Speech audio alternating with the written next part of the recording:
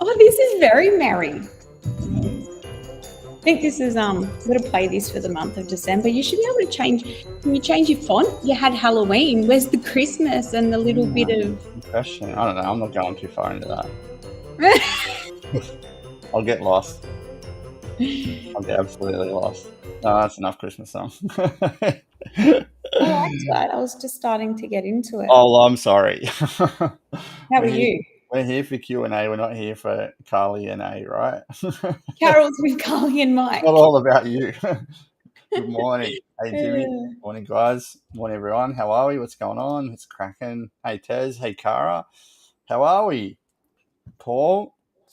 On fire. Morning, Hammy. How are you, Carly? I'm very good. Yeah? I'm very, very good. Very organised this morning, or? Not very, but that's if I was organised, that would be. I know, it would be completely weird. throwing you off. Sure would. I'm good. I'm starting to. I'm getting really excited for Christmas, actually. Yeah, right. Are you a massive fan of Christmas, or? I love Christmas. What do you love about Chrissy? Probably just having all the family together. Interesting. Yeah, and just seeing the kids super happy and excited, and the food. Yeah, we'll call it refeed season. Yeah, it's excellent. Yep. How are you, Mike? Yeah, I'm absolutely sore as. Hey, I had a mad gym session with a couple of really good humans yesterday, and they're big boys. So little Coach Mike had to lift a bit of heavy weight, and I'm feeling the chest this morning, and my arms are just jacked. So that's awesome. That's a nice feeling, though. Yeah, it's good. It's a good feeling because I train by myself all the time, and I haven't had a chance to train with somebody else. And when you're training with big boys that lift some serious weight, you can't just sit there and put the little plates on. You have to chuck a couple of big ones on. Give yourself a bit of a push. Yeah, it was a little bit too much of a push, I think. But anyway, sometimes it's good. Like, I love training alone, but sometimes it's good to, like when we do our meetups and stuff, and seeing the girls, and they really think that they're lifting as much as they can, and then when they get in, and I'm thinking back to our last session in the gym, and when you're being encouraged and you throw, just an extra plate or whatever on, and feel like you can't lift it, and you're able to do that. And that's what I was telling the girls. And now you're going to go back to your normal gym sessions and go, you know what? I'm probably not lifting my max and pushing myself as much as, I could be. Yeah.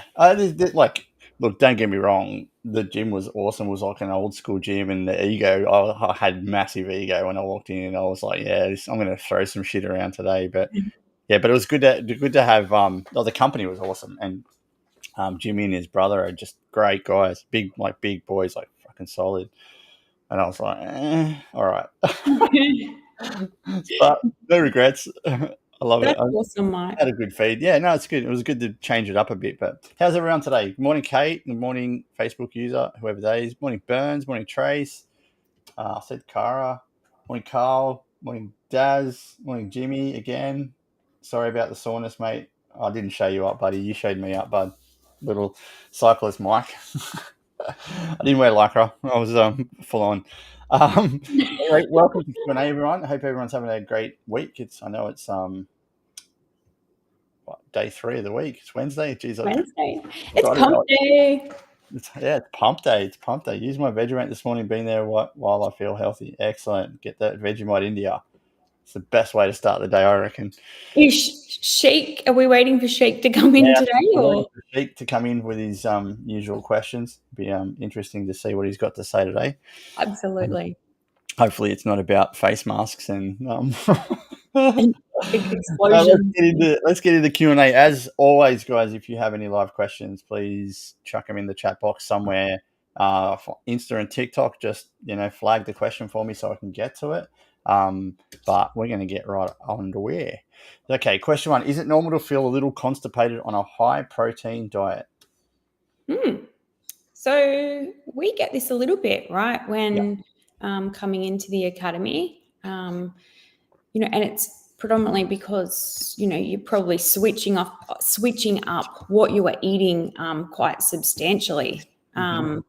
You know, you're not used to, like, it happens when, you know, you're switching from a really high processed diet to something a little bit more, you know, just a better way of eating. Yeah. So with the if you're eating a high protein diet, which ours is, it's important to make sure that you're getting the fiber in too, which is why our meal plans are created by Jace, who was a university trained dietitian, right? It's not about just a couple of, you know, getting on My Fitness Pal and throwing a couple of little high protein meals there. It's actually, he's actually puts a lot of work into these things. So obviously you want to follow a meal plan that's got lots and lots of fiber, as well as focusing on your hydration. I think is really important. Yeah, definitely. That's the hidden gem, I think. The problem with most humans out there is we don't eat enough protein. Like most men and women that come to us to start their journey are lacking in protein and fiber as well. They think that, well, most people are eating lots of salads because they think it's healthy and they're getting their fiber, but they're not eating the protein. And when we chuck a heap of protein in our body, it's like the hardest macro to break down. So it takes a lot of time and it sits there and it builds up really well. And if you don't have the hero of the actual meal, fiber, in there, mixing it around and making it easy to digest, yeah, you're going to be shitting bricks, literally. So yeah. So lack of carbs and healthy fats also affects digestion. But it also comes down to the individual person. But if you're eating a high protein diet and you're not eating enough fiber, you're really backing yourself into a corner. I mean, that's kind of like a metaphor for it, but you're backing yourself into a corner. So yeah, definitely. Is it normal? 100% it is. How do you combat that? Up your water, make sure you get your fiber in every single day. And that's like incidental. Like I like eating carrots and cucumbers and stuff just on the fly because I think it's good to get your fiber in. I also drink like a green mix, we'll call it, in the morning, which has got a lot of nutrients in it as well. It's a heap of fiber as well. So I find that helps me out.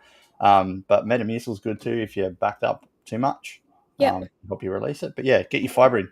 Protein is important, super, but fiber, I reckon that's like the Robin to Batman. Yep, that's right. And as well, increasing that physical activity. So yeah, you stimulate. I love that word. But get those bowel movements happening. You've got to move your body. Stimulate your bowel movements. Stimulate your bowel movements. Yeah. Otherwise you get really backed up. Jesus, that's right. You don't want to back yourself into a corner. Well, no, you don't. Not at all. Literally shitting bricks, but yeah. So yeah, definitely it's normal. So just get your fiber up and make sure that you're very well hydrated, and it's going to make a big difference between rock solid nuggets and the old stinky sinkies, as they call them. Yep. All right, cool. I love talking about poo. It's a great topic. Me too. What's the difference between a regular treadmill and a curved treadmill? Curved ones are for the ladies. No. Bullshit. It's a joke, mate. Do you want me to go? If you like, yeah, you can. Yeah, okay. So your normal treadmills are usually electronically run. Yeah. And then, of course, you've got your curved ones that run off your actual... What are you laughing at? At your actual body creating that movement. So obviously you're going to be working, you know, a few more of the minor muscles and things like that when you're actually trying to move the treading along. And I think, isn't it, Mike, as well, with the curved ones, they say that it's closer to running like an outdoor pavement kind of thing rather than just on your treadmill. It mimics the way your feet should land when you're running. Like it's more on the balls of your feet. Yeah. Right? When you're running on the curve. Kind of. Yeah, that's right. It mimics the gait, which is like your foot pattern when you're running. So rather than slamming your heels on a flat surface, which kind of is natural anyway, because we don't run on a curved surface, but it's trying to mimic a proper flow of your running style. So definitely they are a lot treadmills take all the impact, correct. They are a lot harder to run on, the curved ones, because you have to use body force, but also it burns a lot more calories. I know this is probably controversial in saying it, but it does, because it's taking your effort to make it work. So people use them for interval training, sprints training, because it takes a lot of effort to build themselves up. It's not just hit 10 on the treadmill and all of a sudden it's just going to stay constant. You have to constantly feed it, so it's a lot harder and engages a lot more muscles and around your legs and stuff that need to happen. So yeah, the biggest difference is the self-powered versus electronic, I think, more than anything. I like using the curved one for intervals. I do sprints every now and then, and I think it's cool just to get the heart rate up. But yeah, that's pretty much it. Trav said he's quite stimulated hearing me say, is he more stimulated by the fact that I use stimulated, or the whole bowel movement? I think he might be stimulated by the bowel movement. Who knows? Thanks for that, Trav. Yeah, I'm happy I can stimulate you. You missed him last night. He was on the coaching call lying sideways in his male model pose. It was quite stimulating. Oh, absolutely. Beautiful.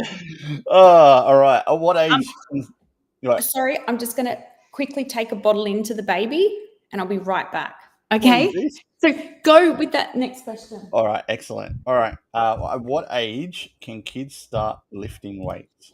Now, this is a kind of controversial topic because there's a lot of papers and a lot of doctors will tell you that it'll stunt growth at any younger than the age of 10 from memory. I think it's happened to Jace because, he hasn't got any higher than 5'6", but he's built like a brick shit house. But it varies generally on every child. I personally think kids should be in the gym as early as they can be, but encouraged from their parents. I think it's a great thing. But the issue I have with a lot of children lifting, that's one of the greatest questions I've ever had. So I'll get back to that. The biggest problem I have with kids training at young ages is form. Absolutely form. They don't have someone teaching them how to do it. They go in there and lift as an ego, and then they fuck themselves up big time. And that's my biggest issue is kids young age lifting. Like, you have to have them supervised at the gym. You have to have an adult around them at most times, but it's form. Kids aren't taught proper form, so we need to make sure that if you are encouraging your kids to go to the gym, that you're either there for them or you get them a coach. So it's important that proper form is focused on, because you don't want them injuring themselves, number one. Number two, you want them to enjoy something, and if they're going to enjoy it, they've got to do it the right way. So yeah, it's caution with younger kids. Caution. Like me personally, I didn't take my kids until 12, 13 because I thought they were ready for it. But there are kids that have started at 10. You've got to think about younger kids that are athletes that are training for athletics or soccer. They're encouraged to go to the gym and build up strength at a young age as well. So there's no right or wrong.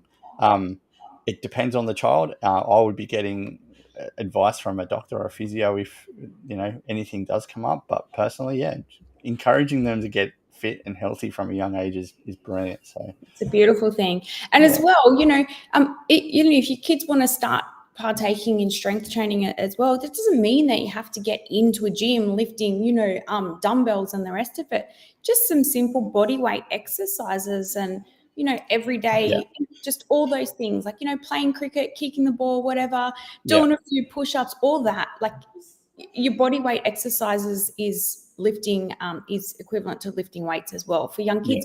But as well, I would mention that, if you're going to take your kids into the gym, you're getting some fire questions coming through, are you? Yeah, it's a bit of fun. I like Beautiful.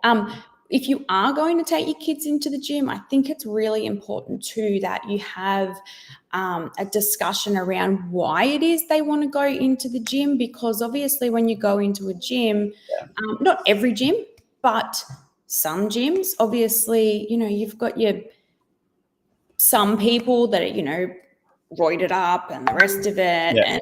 And, and so I think having a discussion around the goal of why they want to get in there, because, you know, they're going to be exposed to possibly some bigger pictures where they might kind of look up to that kind of stuff with big muscles and all of Yep. that. Yeah, And that doesn't just happen naturally. correct. So Yeah. I think, yeah, that's a valid point, Carly. That's a an little bit absolutely valid point. a little bit of education around that. And yeah, I think that's super important. Oh, 100%. Something that we should have touched on probably the first point is you don't want them falling into the trap of the shiny object syndrome and seeing, you know, some Yeah. dude in there who's built like an absolute tank but has been abusing his body with the wrong sort of things for a while. I think and it's influenced by influences, I guess, and also what they see out there. But personally, I think educating them on what it means and feels to be healthy and how it makes them feel is probably more important than anything else. So yeah, definitely. Kate's got a good one here. When you know that you are sore, how do you know when to push through and when to ease off? Okay, so we're talking DOMs, I'm guessing, which is great. There's a difference between being fatigued, muscular fatigue from weight training, and injury. There's a big difference. It's I can't tell you how you feel or what when to push through or not. You'll know, but injury is when you generally can't move. Fatigue, muscular fatigue, is generally when it feels hard to move.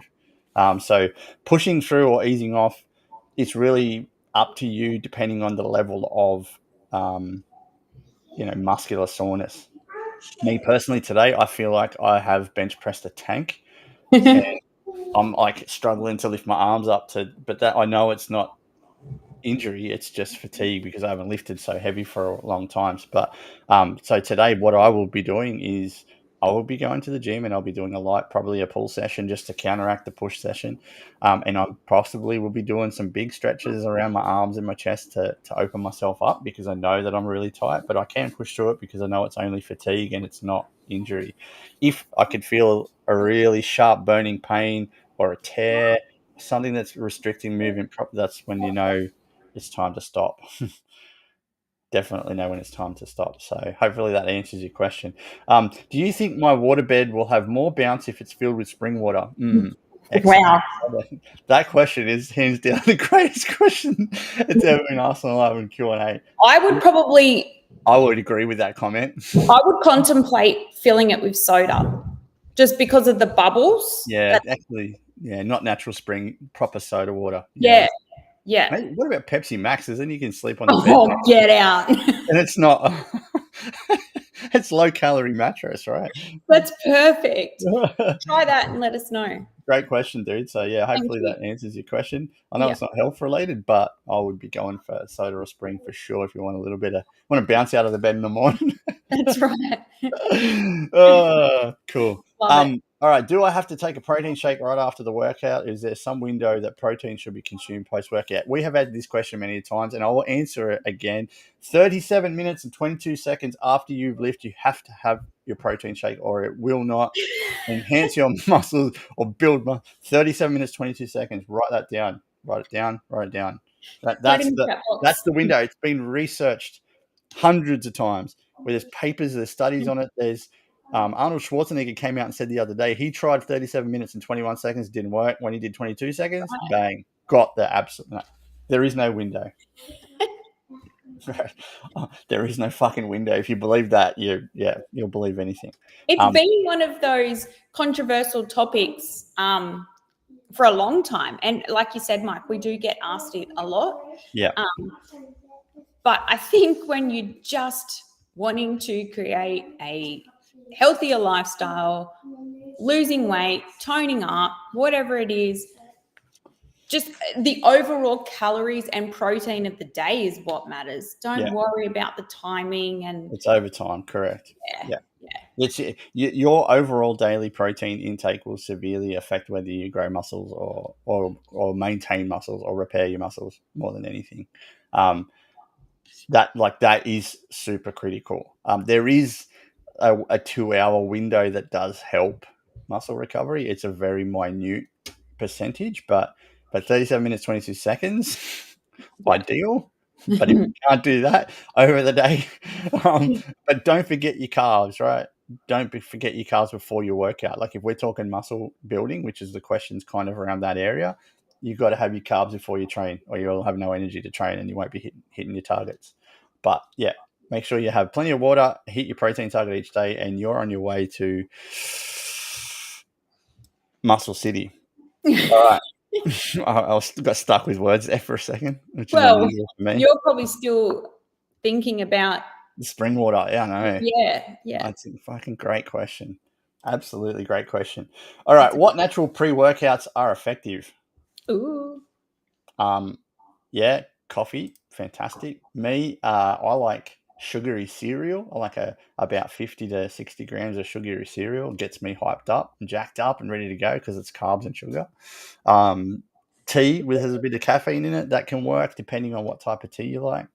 Some Bananas? people, yeah, so that's exactly what I was going to say. Bananas are great. Here we go. My two sons are joined. Hey, boys. Messi or Ronaldo? Ronaldo all the way, buddy. That Captain Henry or no? Nah, he's not old enough to have Instagram yet, mate. Which son's in? The elder two. Yeah. Owen and Spencer. They're just Owen and Spencer. They love it when I'm online. Yeah. Good. Crazy little shit. They follow you. Yeah, I know. Hashtag. And my middle son follows me on everything. My eldest, I'm watching you, buddy. He doesn't like and subscribe. Again, pre-workout, natural pre-workouts. Caffeine is probably the best, right? All those sugary drinks and shit that people have, or your stims and that have got beta alanine and taurine and all that stuff that get your ears feel like they're going to fall off.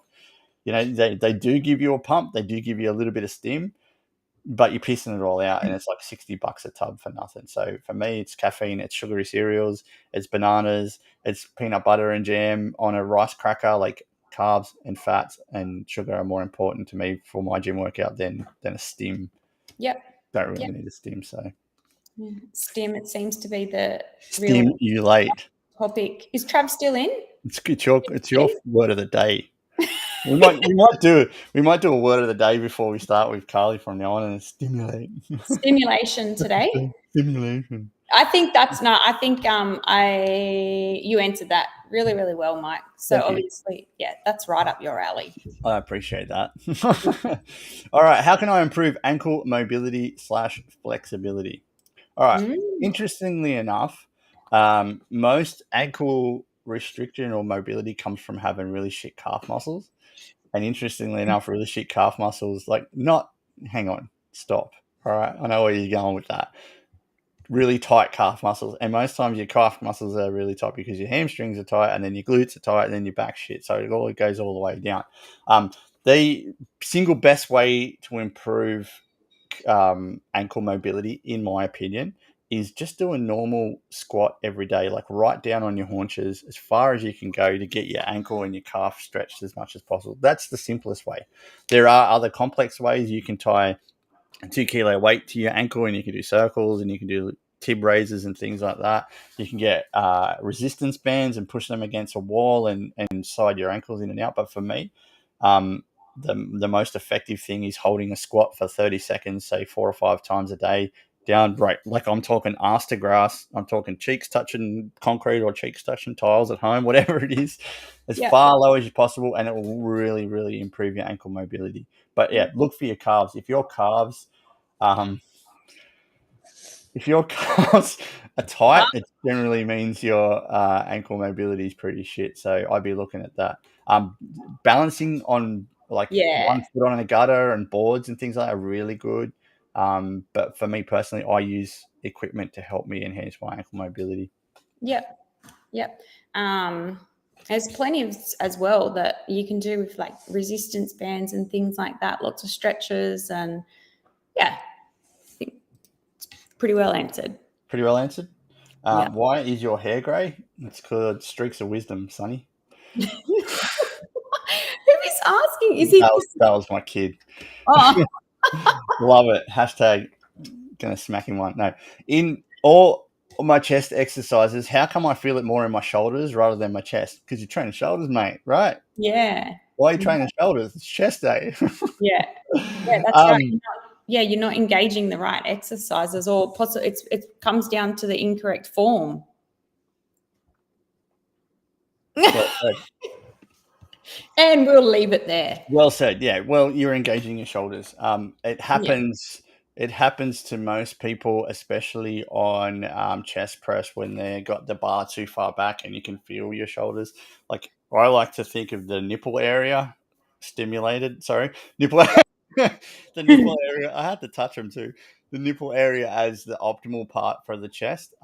But it comes down to mind muscle connection, and everyone goes, yeah, that's all bullshit. No, it's not, because if you can actually feel your chest moving, it generally means you're in the right spot. Yeah. So if you can feel the contract on the way up, it's what the old saying is, trying to squeeze a pea between your boobs. Like if you can feel it, you could try and squeeze a grape or a pea between your boobs. I haven't heard that one before. Really? No. You can imagine there's a little pea there, and you're trying to squeeze it. Yeah, and that generally means you're getting onto. I think the best way to correct it is definitely get someone to look at your form. Are you using the right apparatus? I generally like to use dumbbells for my chest exercises, purely because it gives me a little bit of stability work as well at the same time, but then I can adjust my angle quite easily. Under the bar, most people are picking it up and bringing it down towards higher on the flat, and it is engaging your shoulders more. So just be careful. Yeah. So Kate just threw up a good point, and that's exactly where I was going to go with it too, Kate. So Smith machines can make it more of a isolated exercise. So if you are doing, say, a shoulder press, but you're feeling it in your lats or whatever it is, you get yourself on the Smith machine. While it's more guided and in one, single line, it isolate. You can isolate the actual shoulders where it's targeted. Versus just a normal machine. Yeah. So the Smith machine, I think it's really, really, I love the Smith machine. I absolutely use it for upper chest, because it directly targets my upper chest, and I don't have any sway movement, so I'm not affecting, my shoulders or anything else. So, and you can lift heavier when you're on your own. And it's a spotter. Yeah. You've got the pins to lock in, so you can put a couple of kilo extra on the sides and have a crack at it. So the Smith machine is the unsung hero in the gym, to be honest. A lot of people give it shit because it's I guess a bit lighter to start with, and it's they call it a weaker type of lift because you're not engaging your core or any other muscles around it, but it is actually directly targeting a specific area. So it's really, really good. Kate, but don't completely avoid, doing your dumbbell presses, because that also serves a purpose with all your minor muscles and your balance and, all of that. So they definitely both serve a different purpose. And Jimmy, 3/4 reps, they're the best, mate. Asked jacked up Jim at the gym yesterday. We got schooled at the gym yesterday. This guy, who must have been in his 60s, he's never done leg day in his life. He's like, poof. And he comes up and said, you're giving yourself a disservice. You should be doing 3/4 reps. So right. Jacked up, Jim. Thank you. Okay. I will now be doing 3/4 reps just so I can look like you. Cool. What should I set my macros at for maximum fat loss? Maximum fat loss? Okay, that seems like an open-ended question to me from someone that really wants to lose weight really quick.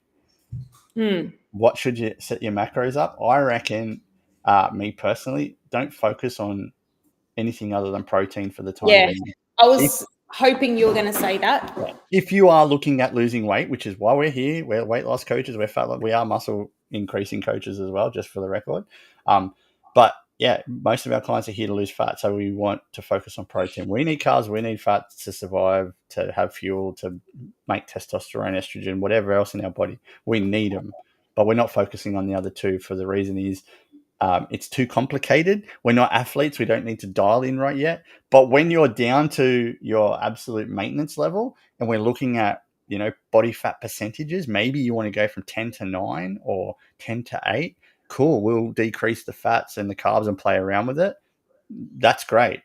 Maybe you're a runner or a cyclist like me and you need to increase your carbs because you're, using so much energy out there doing cardio work. Then we'll worry about it then. But at the moment, purely on fat loss, weight loss, it's all about protein. That's the one you should worry about. And your split should be 40% protein and even 30-30 with carbs and fats, in my opinion.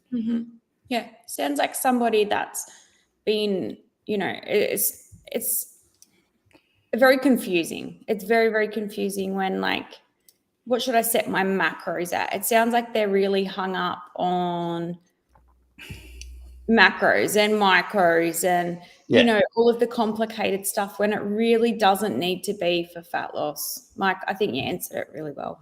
It has to be. We make it fat loss simple, right? It's such a complicated thing because people make it complicated. It's fucking easy. It's calorie deficit. Yeah. Right. And just as equally as bullshit is the shit that people put online that actually confuse it. It just causes so much confusion. And it's Totally agree. Garbage. It's garbage. Keep it bloody simple. Yeah. 100%. Follow up. Non-bullshit approach. No more BS. Yeah. So just focus on protein. Focus on protein. Focus on your calories in and calories out. That's your weight loss goal. Yep. Stick to a deficit. Stick to your protein. We should be good. All right. Last question. Unless anyone else has got, they want to fire away. What is a negative calorie? That's those bastards that come in and talk shit and bring you down. Nice. They're terrible humans. Okay. So the term negative calorie is, in simple terms, a food that has that takes more energy to digest than it is to consume, right? So let's say celery, for example. Celery might be, 5 calories or something like that. And by the time we chew it and swallow it and digest it, we actually burn more calories off than the actual calorie that we consume. So that's the term of a negative calorie. But it's not bringing your calorie intake down per se. Well, it kind of is, because if you're burning off a few extra calories while you're doing it. But yeah, so basically, if you want to lose weight, just eat negative calories. Yeah, 100%. Oh, just eat celeries and cucumber. That's it. No, don't. Just don't. It's like fiber and water. That's all you need. You will shit and you will piss, and you will have that stimulation of fall apart. Yeah, ironically, but that's it. It's just it's like a fun term. It's been coined for food that takes a lot more energy to consume and digest than it does actually have in its value. So every food is a positive calorie. There's nothing out there that's got 0 calorie. I'm talking about edible food, natural food. Can't say Coke Zero's got no calories. I reckon that's bullshit. I still think it has, but so it's just a term of a food that takes a lot longer to digest than just to consume. So simple as that. Cool. All right. Anyone else got any questions? If not, we are going to end it right here. Is the guy with the bed all right now? Yeah, I think we answered the spring water. Yeah, definitely, dude. Hopefully that answered your question. I'll be putting spring water in my mattress if I had a water bed as well. I think it'd be great to jump out of the morning like fucking stimulated. Absolutely. Those bubbles would be nice. They'd probably massage your back while you're sleeping as well. Anyway, thanks for joining us, guys. I really, really appreciate you all so much. Join us next week, same time, same place. Any further questions, fire away. Thanks, Kate, for the live questions too. I really appreciate it. Like that's the reason why we're here.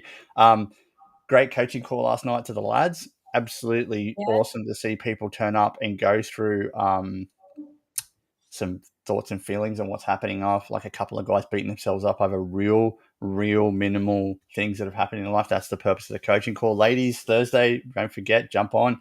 UK guys tomorrow morning. For us, it's tomorrow morning. Tonight for them. Yeah, and the ladies. So join us, please. Like it's there for a reason. Get the questions answered. Those little things that are niggling, you might be need to, like a couple of boys last night thought they were beating themselves up over something so small, and then when we broke it down for them, they realized it was nothing at all. So jump on board. But apart from that, see you, Carls. Thanks very much for joining me. It was lovely to see your stimulated face. Hang out with you this morning. Yeah, you're pretty lucky. I am. I know it. All right. See you guys. See ya.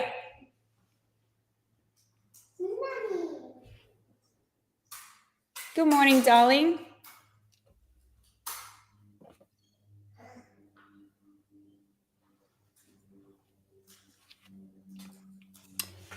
You talking to me? Is that